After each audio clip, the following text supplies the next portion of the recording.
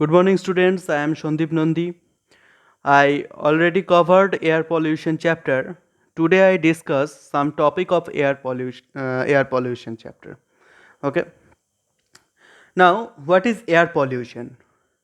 Transfer of harmful and of natural or synthetic materials into the atmosphere as a direct and indirect consequence of human activity is called air pollution.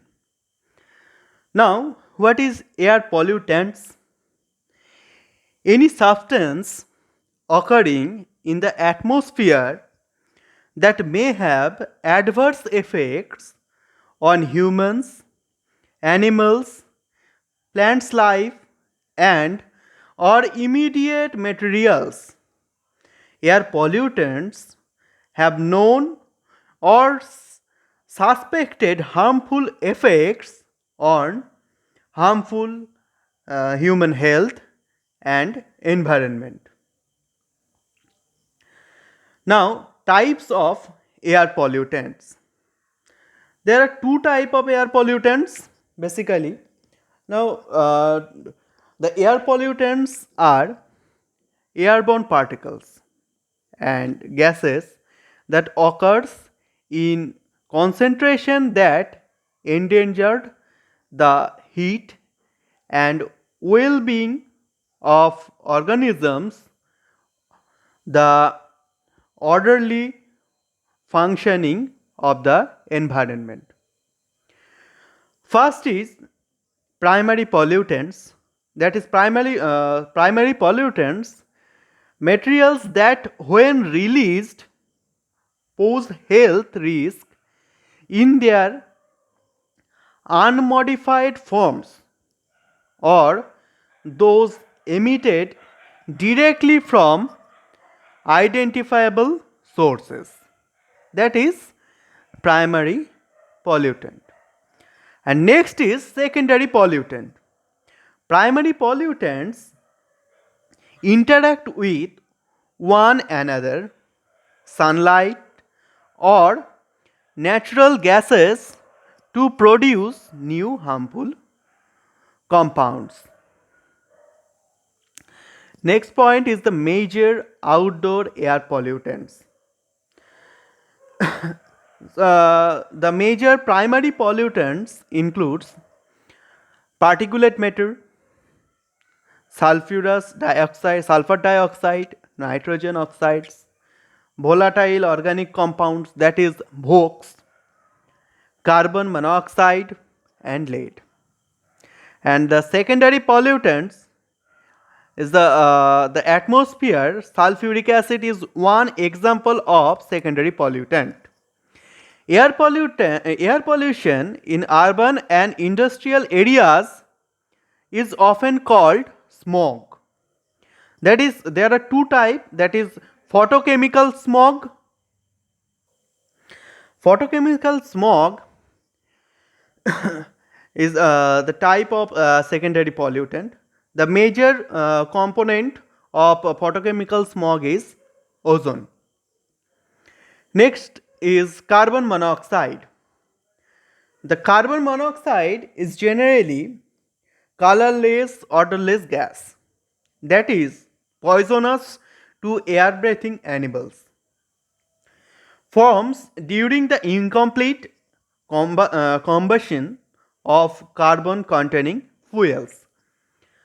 That is 2C plus O2 is produced 2CO, that is carbon monoxide.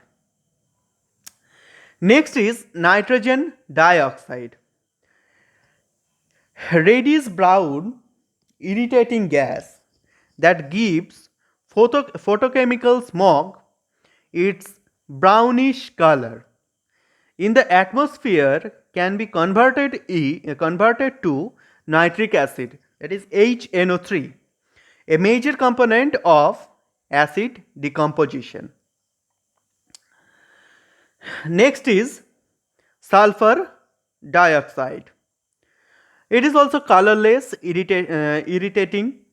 forms mostly from the combustion of sulfur containing fossil fuels such as coal and oil in the atmosphere can be converted to sulfuric acid, that is H2SO4, a major component of acid decomposition. The major human sources is coal burning in power plant, that is near about 88%, and industrial processes, that is near about 10%. The health effect is breathing problem of healthy people and others many problem. And next is the sulfur dioxide. Sulfur okay, we cover actually cover sulfur dioxide.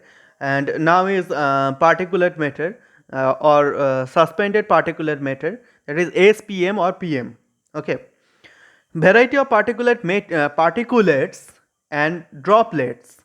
Droplets means aerosols, small and light enough to remain suspended in atmosphere for short period.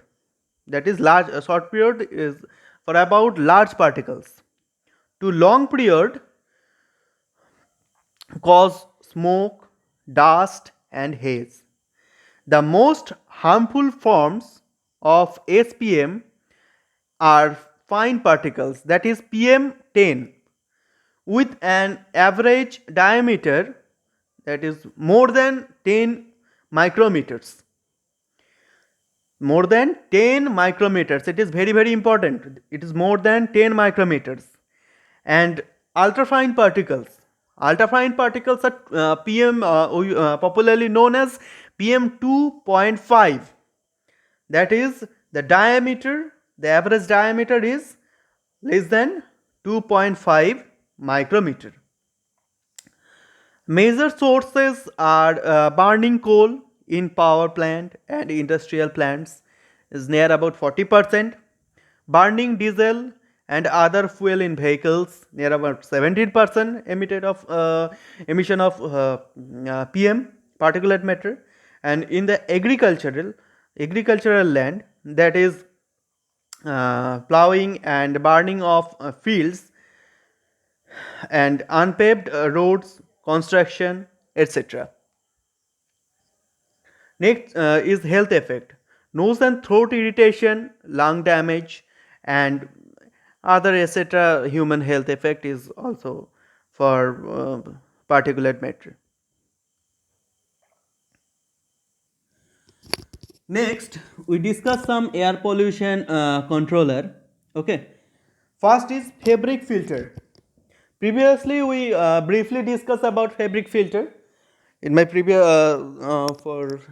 video, we already discussed about fabric filter. Now we discuss what are the principle of fabric filters. That is, filter retain particles larger than the mesh size. Number one. Number two is air and most of the smaller particles flow through.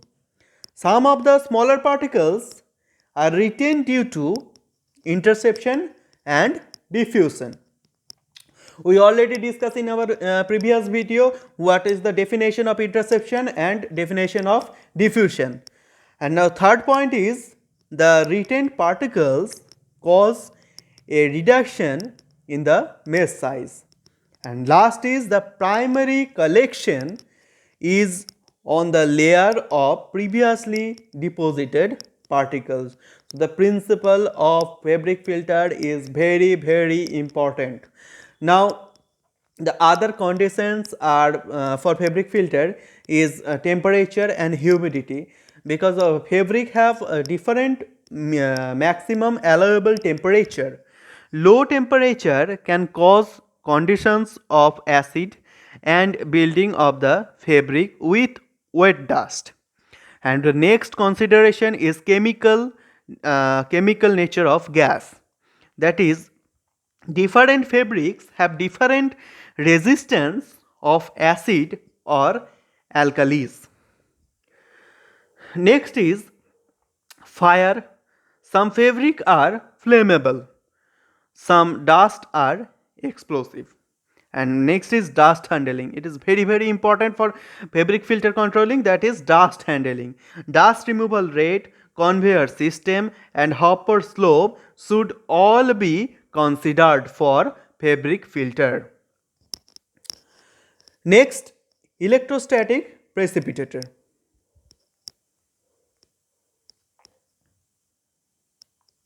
So, an electrostatic precipitator is a particle control device that uses electrical forces to move the particles out of the following gas stream and onto controller plates. Next, number 2 point, the electrostatic precipitator places electrical charges on the particles, causing them to be attracted to oppositely charged metal plates located in the precipitator. And my third point is the particles are removed from the plates by wrapping and control in a hopper located below the unit. What is wrapping? In my previous video we briefly discussed about wrapping. And last point, the removal efficiencies for electrostatic precipitators are highly variable. However, for very small particles alone, the removal efficiency is about 99%. Now we discuss about the principle of electrostatic precipitator, that is electrodes at high voltage create a corona effect. What is corona effect? That is ionized atmosphere surrounding them. These charges the passing particles. When charged, particles are subject to a transverse electrostatic force that pulls them toward the collecting plates. Plates are periodically wrapped, that means vibrated, to make the collected particles fall down into a receiver basket in the bottom of the apparatus. Okay, clear? We repeat again the principle of the electrostatic precipitator. Also, the electrodes at high voltage create a corona effect surrounding them. This charge the passing particles. Once charged, particles are subject to a transverse electrostatic force that pulls them towards the collecting plates. Plates are periodically wrapped or vibrated to make the collected particles fall down into a receiver basket in the bottom of the apparatus. Okay.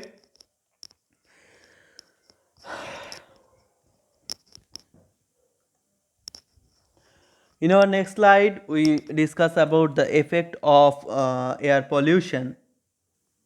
First is acid rain.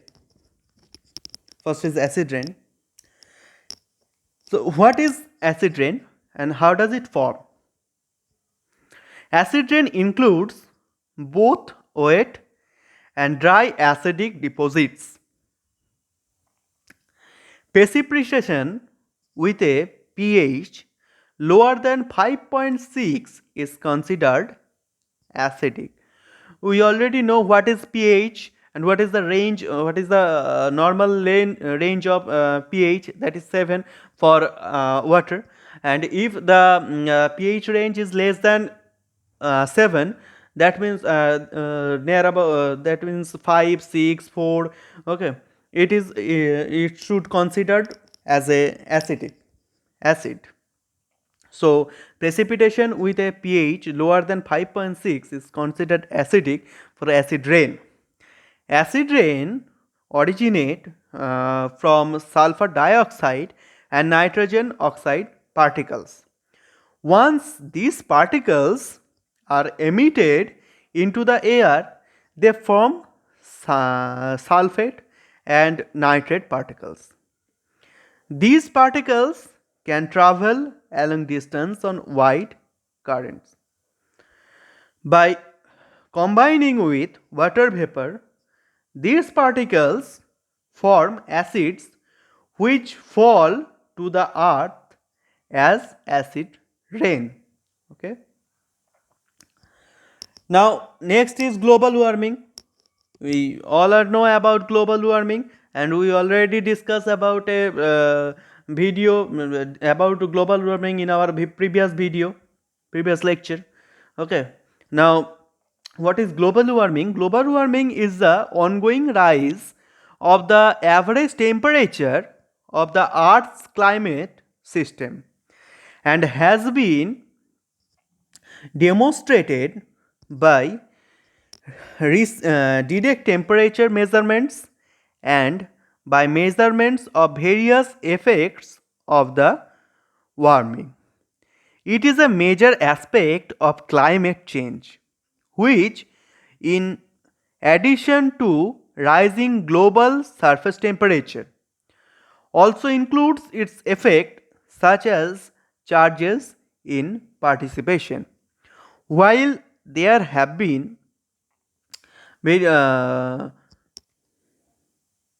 prehistoric periods of global warming, observed change since the mid of 20th century have been unpredicted in the rate and scale. Okay. Now, types of plume. What is plume? The dispersion of emitted gases from the source of their production is known as plume. And what is stack? Stack is the source is known as stack.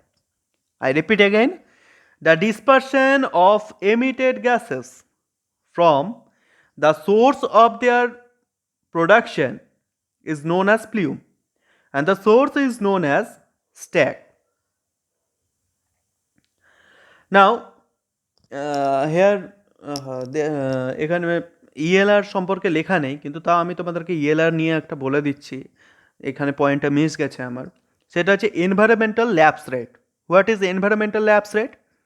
The environmental lapse rate is the rate of decrease of temperature with altitude in the stationary atmosphere at a given time and location.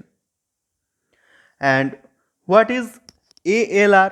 The full form of ALR is adiabatic lapse rate. The full form of ALR is adiabatic lapse rate.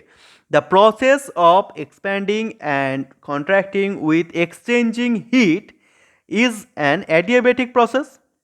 When a parcel of air expands, it pushes on the air around it, doing work, that is thermodynamics. Since the parcel does work but gains no heat, it loses internal energy so that its temperature decreases. The process of expanding and contracting with exchanging heat is an adiabatic process. Clear, student? Now we discuss about cooning plume. Under sub-adiabatic condition, that means ELR is less than ALR. That means environmental lapse rate is less than adiabatic lapse rate.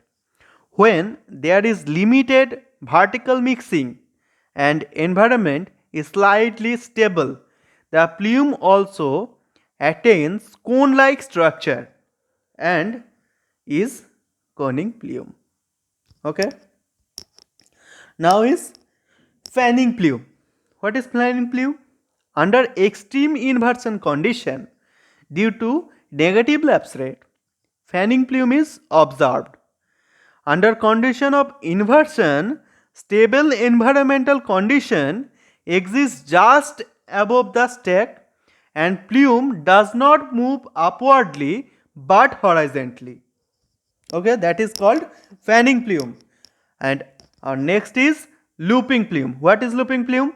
looping plume is of wavy character and occurs is super adiabatic environment. That means environmental lapse rate is greater than adiabatic lapse rate. ELR is greater than ALR, which produces highly unstable atmosphere because of rapid mixing. In an unstable atmosphere, rapid air movements take place vertically, both upward and downward, and the plume becomes a looping plume. As a result of these, high concentrations of pollutants may occur near the ground. Next is neutral plume. What is neutral plume?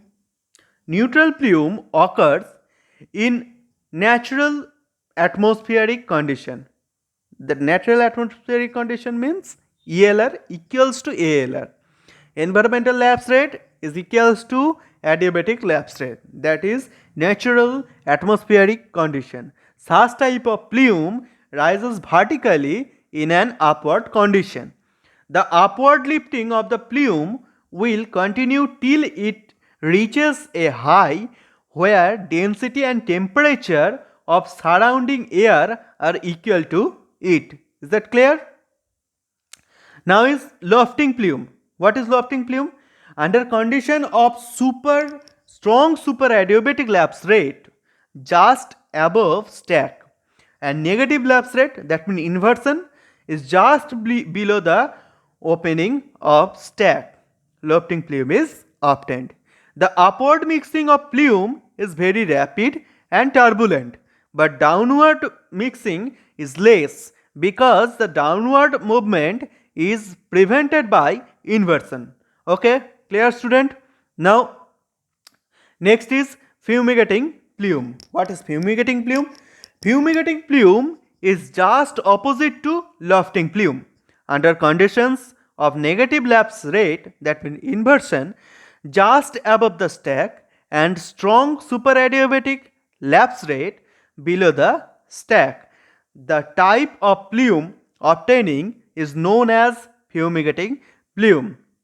So fumigating plume is just opposite to lofting plume. It is a very important point. Under this set of conditions, the pollutants cannot escape above the stack, rather they come down near the ground due to turbulence and mixing. Fumigating plume is therefore extremely bad of dispersion of pollutants. And my next and last point is trapping plume. What is trapping plume? When the inversion layer exists above the stack and as well as below the stack, the plume neither goes up nor goes down. Rather, it gets confined or trapped between these two inversion layers. Such a plume is therefore termed as trapping plume. This plume is not ideal for dispersion of pollutants as it cannot go above the certain height. Okay. From today's class, we discuss first is air pollutants.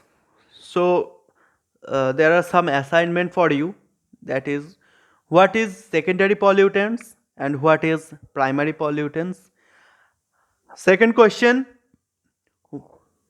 what are the basic differences between primary pollutants and secondary pollutants? Next, number 3 question is what is fabric filters and what is the principle of fabric filters? And number 4 question, why electrostatic precipitators are used and what is the principle of electrostatic precipitators? And question number 5 is write a short note about acid rain. And last question is what is the basic difference between lofting plume and fumigating plume? Thank you class, সবাই ভালো থাকো, সুস্থ থাকো।